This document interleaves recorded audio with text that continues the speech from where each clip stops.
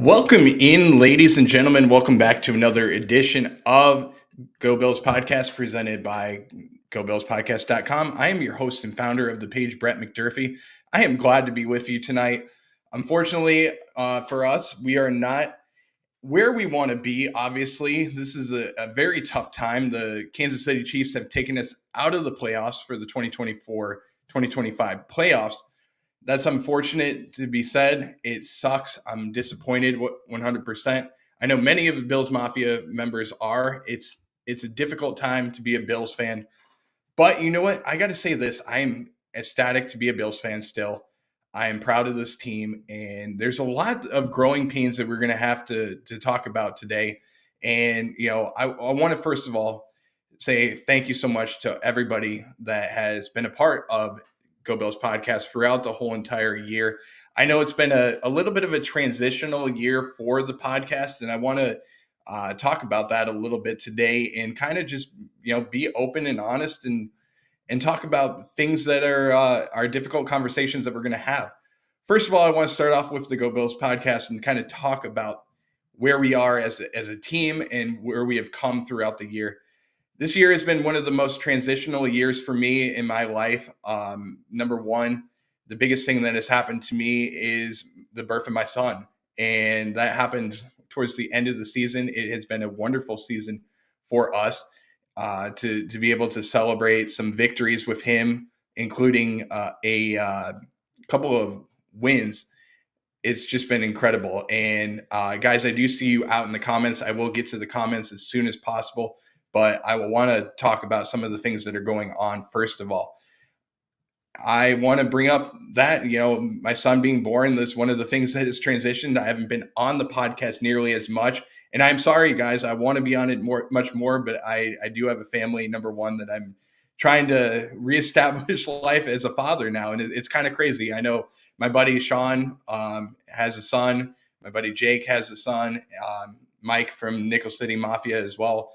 We all have sons, so I'm kind of transitioning through it. But I promise you guys, we're going to have more content as the season comes on, or the off season comes around. We will have more content. Second of all, the biggest thing for me is this: in the beginning of the year, we had a few hurricanes that have hit Southwest Florida, and unfortunately, we had some damage through the storm. So I wasn't able to do as much content as I wanted. 2024, 2025 was supposed to be a year for the podcast to really grow and expand. And we were trying to get as many fans as possible. But you know what? I always started off saying to myself that this podcast is all about reaching at least one person and impacting their life. So no matter where we go throughout the year, if I impacted one person's life, that matters to me the most. So I hope whoever is watching this video has had a chance to be influenced by me. And if you are, please let me know in the comments below. I would greatly appreciate finding out if I influenced your life throughout the year, and hopefully that has happened. But let's move on and talk about where we're going to go in the future. And I want to bring up some of the things that we are going to do in the future. There's a lot of great things. First of all, this is the first show that we are transitioning from one streaming site to another. So let me know, guys, in the comments as well. How do you think this is going so far? I want to know if you can hear me loud and clear. Hopefully you can. We had some issues before with one of the streaming platforms that we were using, and you weren't able to see me good. You weren't able to hear me good. So we are transitioning from one to another. Hopefully this is going great, and you're able to hear me. You're able to see me, and we'll have some nice little music throughout the shows. You might hear some applause like this, and along with a few other things as well. You might hear a little bit of a drum roll snare come into play as well. Hopefully you can hear those as well. You might hear a couple of sad moments throughout the year as you might hear those. Hopefully you can hear this as well.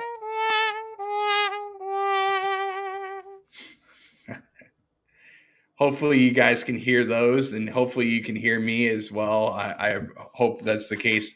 Let me know in the comments section if you can hear me good. I imagine you can, because I'm seeing some shout outs to St. Pete, shout outs to On the Sun. So I'll bring in some of the folks that are in the chat coming out with Red, White, and Bill saying a couple of happy tears and a couple of sad tears as well. along with Josh Allen's wasted career coming out here. I know who this is, but I appreciate you tuning in. Don't forget to drop a like in the comments section, comment as well. We greatly appreciate all the comments that come in. One of the comments coming in here is from Josh Allen's wasted career saying, we need a top wide receiver, third round for 2 months of Cooper. I think that the Bills are probably going to re-sign him. I know his contract value right now is right around about $14 million according to Spot Track. So we'll see how that is going to go. Appreciate this comment as well, saying congrats on the son. That's a win for sure. Hoping that he was going to bring me some magic this year and bring Bills Mafia a Super Bowl win. Unfortunately, that didn't happen. But I want to keep this video as positive as I can. That's one of the goals in mind. I'm not here to bash Bills Mafia. I'm not here to bash the team because we have such a great team. We have a leader in Sean McDermott, who is one of the good coaches in the NFL. And when you have an 80% winning percentage at home, that's incredible. I want to start off with that as well. So let's take the positives from the season. Let's begin with those and talk about it, where we have come throughout the season. Let's start with the offseason. All the moves that we have made. We lost Jordan Poyer. We lost Micah Hyde for most of the season. We lost a bunch of different players on offense, including Stephon Diggs, including Gabe Davis. We also lost our starting center, Mitch Morse. Kyer Elam was coming into his third year. He was supposed to be projected to be the number one starter along the way for the season. As far as a backup, he didn't really pan out. You look at Tre'Davious White losing out on $10.5 million with him. We were in salary cap hell in those situations, and Buffalo had $70 million on the books throughout the season. It's tough, guys. I mean, and where we have come from through all the rebuilding that we were supposed to have. And this was supposed to be the rebuilding year. The Jets are supposed to win it. That's what all the analysts said, guys. To come from that moment to we made it to the AFC Championship game. While we wanted to win the Super Bowl, I know many of you guys, Joey Hash coming in here, and Trek Reviewer coming in as well, saying, agreeing with this. We wanted to win the Super Bowl. I understand you guys are commenting on the officials. I'm not going to bash the officials in this game. I'm not going to bash Kansas City and say, oh my God, we should have won this game. There's a lot of good things that I can say about Kansas City. And I will say some good things. Hats off to their defense, number one. They were the only team this year that was able to stop Josh Allen on the tush push. Now, that comes down to some execution for Buffalo. Could have done a better job on execution. But this is one of the tough points for the Buffalo Bills when you think about what they can do for next year is, how can they get better? Some of the play calling could have been better. But it's not just on one person. I'm not going to put the blame on Sean McDermott. I'm not going to put the blame on Joe Brady. I'm not going to put the blame on Josh Allen or a certain player, to be exact. It comes down to a whole team. The team didn't play good. They played good enough to win the game, don't get me wrong. But in the critical moments, we didn't play good enough to win that game. The critical moments is what hurt us the most. And I'm sad to say that Kansas City played better in those bigger moments.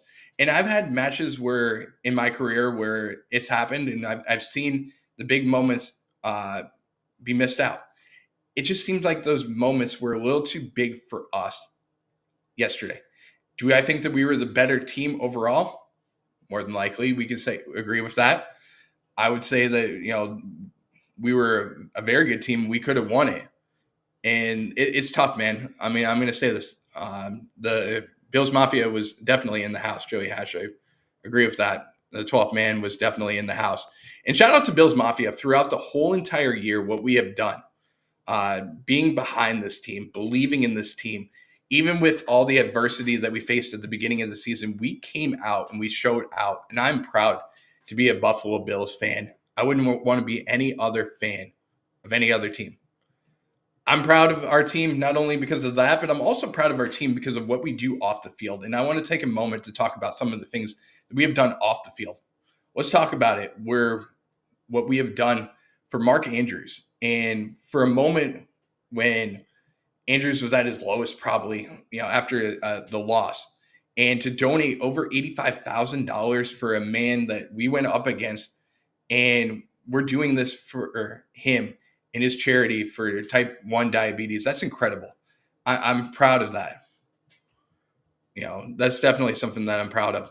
I'm going to get to some of the comments here. I want to get back to them as well. Joey Hash coming in. Appreciate you for tuning in on Facebook. Coming in saying the officials suck. There were calls that clearly were seen, and they didn't call them. That's your opinion, Joey. I'm going to leave that to you. I'm not going to say anything about that, but there's some calls that were questionable by many, and you can view it one way or the other. Josh Allen's career coming in saying if you look at the defense on papers, way overachieves. That's definitely a win. Completely agree. Now let's focus on some of the positives here. Okay, next year we are not going to be in salary cap hell in those situations. We're going to have some money to spend, and there's some big free agents that are out there. Myles Garrett, T. Higgins on offense. You got some players that are going to want to come to Buffalo just because you are being attracted by a guy in Josh Allen that you can believe in, and you know that your Super Bowl window is always going to be there for him. That's going to be great to see as well. Joey Hash coming into the chat saying, but you need to build a lead on Kansas City so the refs can't screw you, and we can't play catch up to Kansas City and expect to win.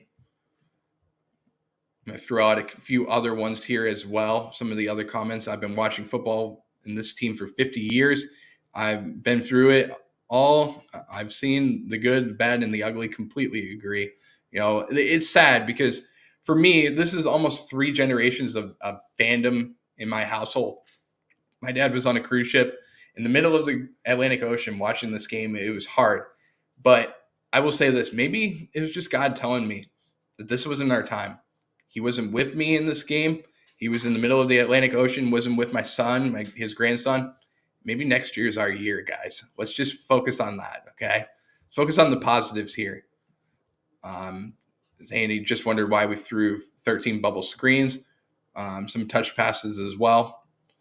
Definitely understand where he's coming from here. Some tough moments for sure as a fan, but I want to just say, guys, how much you guys mean to me as well. I want each of you to know. Joey Hash is the Trek reviewers coming into the chat. I appreciate each and every one of you guys coming in and being hard, being critical on the team. It's incredible to talk about football and just be a Buffalo Bills fan as well. Joey Hash coming in here saying everybody wants to beat Kansas City. People were rallying around the Bills that didn't even feel fans that love. Yeah, I completely agree. I had so many people in my chat, guys, over the week. It was just incredible. The amount of people that are just saying, Buffalo, what's root for Buffalo. And it's tough when you have a team in Buffalo and Detroit. Those were the 2 teams that people were rooting for sure to win the Super Bowl. And it didn't happen, guys. I'm sad. I mean, don't get me wrong. But I believe in this team. I still believe in Sean McDermott. I still believe in the coaching staff that we have. We have like I said, an 80% winning percentage at home in Highmark Stadium. That's an incredible mark. To take care of and dominate the turf at home is incredible. And I believe that if this game were in Buffalo, it would have been a totally different outcome. And with the Bills Mafia behind us, it's just incredible. So I want to say that too, but let's get to some of the stats from the game. I want to pull them up as well and go into where we are going to go in the future with some of the free agents that we do have in coming out in 2025. So let's dive into the stats from the game. We'll go over and start with the visiting Buffalo Bills. Let's start it off with the passing game. Josh Allen finished the game 22 of 34 for 237 yards, 2 touchdowns in the game. Leading the way with rushing was James Cook with 13 carries, 85 yards, 2 touchdowns. Great game by him. I feel like the Bills could have given Cook a little bit more touches, and on the last drive, kind of some questionable calls by Joe Brady and some personnel choices by him. Maybe he believed that there was some better blocking with Ty Johnson or Ray Davis in the ball game. In those situations, that could have been the case. Leading the way with receivers was Matt Collins, 3 catches, 73 yards, 1 touchdown in the game. And then second was James Cook, 3 catches for 49 yards. So he was doing it through both sides of the ball, not only in the rushing game, but also in the passing game as well. On defense, leading the way with tackles was Cole Bishop. A few sacks in the game, one by Matt Milano, another one by Jordan Phillips. That bull rush that he had in the game was incredible. Just to be able to push the middle of the offensive line of Kansas City right back into Patrick Mahomes' lap and take the offensive lineman back there is great too. But let's go into some more of the positives, guys. Let's talk about one of the biggest positives throughout the playoffs, Tyler Bass.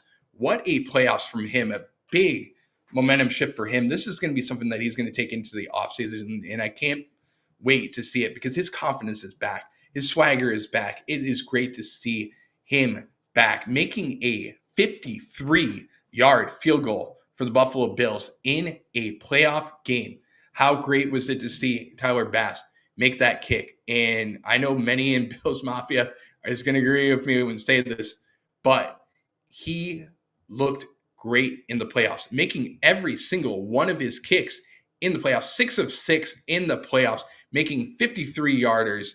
Not only that, but in the Ravens game, a 51-yard kick as well. The longest in the Broncos game, a 34-yard kick. So he made every single kick in those games clutch by Tyler Bass. And I know many Bills Mafia members wanted his head taken off. So that's great to see him making all those kicks there. Comedian Mo Brown coming into the chat as well, saying Dalton has to catch that on that. That's definitely a first down. Yeah, it's tough, man. Those moments are just tough, and I feel for him. It's difficult when you're a first round pick and the expectation is on you to make those plays. It's incredible, and I feel bad for Dalton. I mean, it's not where he wanted to go. James Cook was moving the chains. They should have kept running the ball with Cook. Yeah, that's a great analogy there, Joey Hash. I appreciate you bringing that up as well. Also saying that every time the Bills play and you see Josh Allen, a generational talent, you should be honored to watch Josh Allen. We'll get a Lombardi. It took Elway 15 years. Yeah, don't forget that. I mean, it just might not be our time. That's the toughest thing. Joey Hash saying that you can always share your podcast on 12th Man page. I am the cover 2. I am in Josh Allen's Mafia. Yeah, I'll definitely share it with all these groups, man. Also, don't forget, you can share this as well, Joey. You can share it on Facebook. You can share it all over. Share it with all your friends. I appreciate you guys for sharing it out there too. So, but let's go back to the game a little bit more and talk about the Kansas City Chiefs as well. Let's talk about how they finished out. Patrick Mahomes, 18 of 26, 245 yards, 1 touchdown in the game. Leading the way in rushing was Kareem Hunt. 17 carries for 64 yards, 1 touchdown. Patrick Mahomes had 2 touchdowns as well, finishing with 11 carries for 43 yards, 2 touchdowns in the game. Xavier Worthy, the player that the Bills actually traded with the Kansas City Chiefs in the 2024 draft. The Bills trading back, getting a couple more spots, saving a little bit of salary cap for the team, and making that questionable decision. Finishes the game with 6 catches for 85 yards, 1 touchdown in the game. Leading the way with receivers, leading the way on defense was Shamari Connor for them. 9 tackles in the game, 1 sack overall. Two sacks overall in the game. Number 1 was from Mike Dana, and then the other one coming from Tershawn Wharton in the game as well. But kickers making their kicks in the game. Harrison Butker making his only kick there as well. And how about seeing Matt Ariza in those situations for the Kansas City Chiefs? I know that's another player the Bills Mafia would like to forget about in those situations too. But there's some positives as well. Let's bring up another positive for the Buffalo Bills. Stopping Travis Kelce in the game, 2 catches for 19 yards overall for him to finish out the game. Some good things for the Bills Mafia there as well. Joey Hatch bringing up a good point here with Dalton Kincaid had an injury. He had a PCL tear. That's what Dawson Knox reported was his injury. He played through a torn PCL throughout the season. That's definitely a tough injury to play through, and he's probably going to need some surgery. Yeah, that's definitely something that we're going to have to keep our eyes on, see if that's going to impact the offseason programming for the Buffalo Bills and for Dalton Kincaid. Also from Joey Hatch saying, I think it's the longest kick ever made in the playoffs in Kansas City, but I could be wrong about that. Yeah, that's a good point there. We'll have to look that up and figure out if that is the longest kick in Arrowhead. We'll definitely research that and get some more numbers on that. Let's go over to the free agents for the Buffalo Bills, and I did have a graphic that I was going to pull up. Unfortunately, I didn't get it pulled up before the show, but I do have the numbers here. I'm going to go with some of the unrestricted free agents for the Buffalo Bills, so you won't be able to see it on your screen, but I'll list some of the major ones. Let's start off with the big ones in Amari Cooper on offense, and then Rasul Douglas on defense. Those are two of the bigger free agents for the Buffalo Bills, followed by some offensive linemen and a long snapper here. Tommy Doyle is one of the biggest free agents on the offensive line. Long snapper Reed Ferguson, the longtime Buffalo Bill, probably the longest member of the Bills Mafia and on the team, is a free agent after this year. And some players that are going to be beloved. Maybe these players don't come back. This is what the hardest thing about being a Bills fan is. You get to love these players, and sometimes these players don't come back. And you see them on other franchises, and it's not the same. We're not going to have the same team again. You're going to say goodbye to some players. We've already said goodbye to a couple of players this season. Jordan Phillips, whether he comes back next season or he retires is to be determined. I know he wants to come back, but do the Bills give him another contract? That's going to be a tough decision for them, but I know he wants to play in Buffalo. Maybe the Bills do decide to give him another contract, or they go in another direction and draft some more players. We have a lot of draft picks coming up as well. We'll see what happens later in the offseason, whether they do decide to keep Jordan Phillips around. But some other players in Reggie Gilliam, another player that Jake Podger of Nickel City Mafia absolutely loves. It's going to be tough. Maybe we say goodbye to some of these guys like DeMar Hamlin, Mac Hollins, Quentin Jefferson as well, defensive tackle. Austin Johnson, another defensive tackle. Ty Johnson, a running back for the Buffalo Bills, who came up clutch on third down in so many different moments throughout the season. Jordan Phillips, as I mentioned before, defensive tackle. Dwayne Smoot, the defensive end, had a good season as well, coming in as a rotational player. And then you have some restricted free agents and exclusive rights free agents on the Bills. A couple of offensive tackles. One of them, the Bills actually re-signed already. Ryan Vandermark, the offensive tackle, has been re-signed. Shane Bushelley from SMU is another player that is going to be a free agent, exclusive rights free agent, the quarterback from SMU, having a big year under Sonny Dykes when he was there. Offensive tackle Alec Anderson, you know him because he is one of the players that comes in as the sixth offensive lineman for the Buffalo Bills. He did have a play last game against the Kansas City Chiefs where he didn't report as eligible in that situation. He kind of had a couple of plays throughout the playoffs where he did that too. So it'll be to be determined whether the Bills keep him. Tight end Quinton Morris as well. That's another player that the Bills are going to have to make a difficult decision on whether they want to carry three tight ends this season or they want to go in another direction and look to rebuild the tight end room of the Buffalo Bills. That's something that we can talk about too. But the Bills do have some great players that are going to be coming back. I know with the amount of turnover that we did have, we could have some of the I'm trying to think of the word here, but compensatory picks in the NFL draft. We could have some compensatory picks coming back to the Bills after the team lost some standouts like Gabe Davis, Tyrell Dodson, Leonard Floyd, and Jordan Poyer, as well as trading away Stephon Diggs last offseason. So that could be some areas where the Bills can rebound and get some compensatory picks in the draft. But the Bills were able to add some bigger talent. They didn't really make a splash this past offseason in terms of some of the players that we got back, but we did it with some of the guys that, in my opinion, I think of these guys as more of utility players, and they exceeded expectations. And this, like I said, this is a team that exceeded expectations left and right.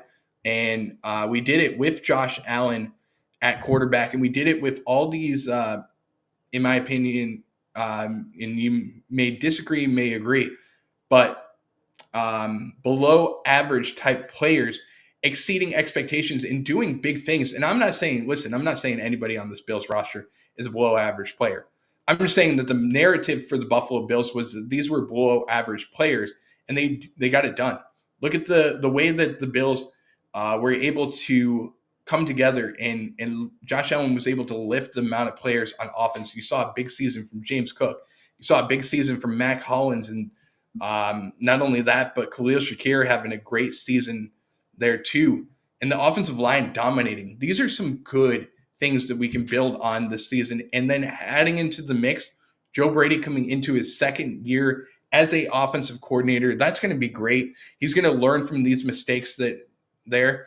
And we're just going to continue to build, and we're going to continue to get better. It's going to be great to see next season. So now we have two coordinators that are coming back to the Buffalo Bills, and Bobby Babich, who's coming back for his second season.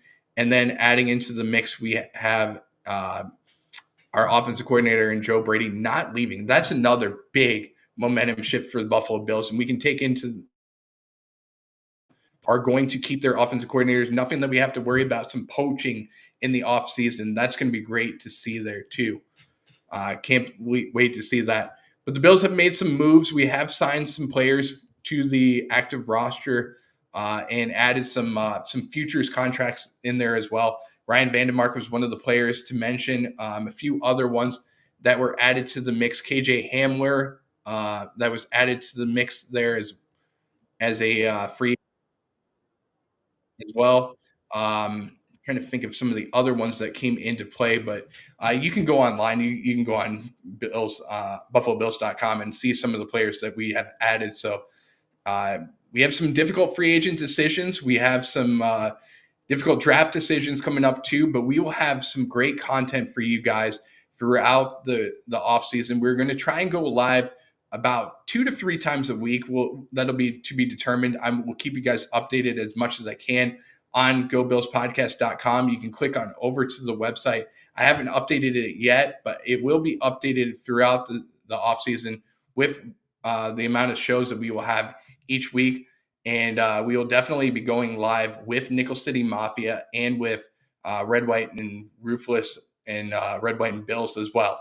So click on over to the podcast, check out when we are going live. And also don't forget, you can message me on Facebook as well as on Instagram. Anytime you guys want to talk about Buffalo Bills football, I'm going to try and set up a group chat as well throughout the offseason and keep you guys informed on some of the offseason decisions that the Buffalo Bills have made. So if you are like me and a passionate Bills fan, click on over to GoBillsPodcast.com. Click on over to the channels on Facebook and on YouTube. And also don't forget, you can go on Instagram and message me as well. This has been Go Bills Podcast. We will see you next time for another edition of Overreaction Monday. And for all of Bills Mafia, keep your heads up high and just keep going. You know, we're going to get through this. It's tough. It's another year of heartbreak. I'm sorry, guys. I hate to see it for each and every one of us. I know we were expecting a Super Bowl win. I was expecting to go to Buffalo and be in Niagara Square holding up a flag and just being happy and watching the Bills hoist that Lombardi trophy. But it's another year. We're going to get through it. And it'll happen one day, guys. I promise you. God's going to answer our prayers. It's tough, but we will manage to get through it. So we'll see when it happens. It's going to happen, though. And I think it's just going to be a little bit of time. I think God's waiting a little bit longer just so that my son can really remember the Bills winning that Super Bowl. He wants to give me another year so that he can go through the crying pain and some of the agony of being a Bills fan. So we'll see when it happens. It'll definitely happen, though. But keep your momentum high and always remember that we are a herd. We are going to root for the Buffalo Bills no matter what, and we are going to stand by the Buffalo Bills. And let's do it with class as well. Let's do it with class and be professional about it too. And remember that these are people's lives, and let's keep the comments out of the professionals' lives, like Dalton Kincaid and some of the other players, and just be professional about everything, and see what we can do next season. So don't forget to like, subscribe, comment on all social media, and always remember, go Bills. We'll see you next time.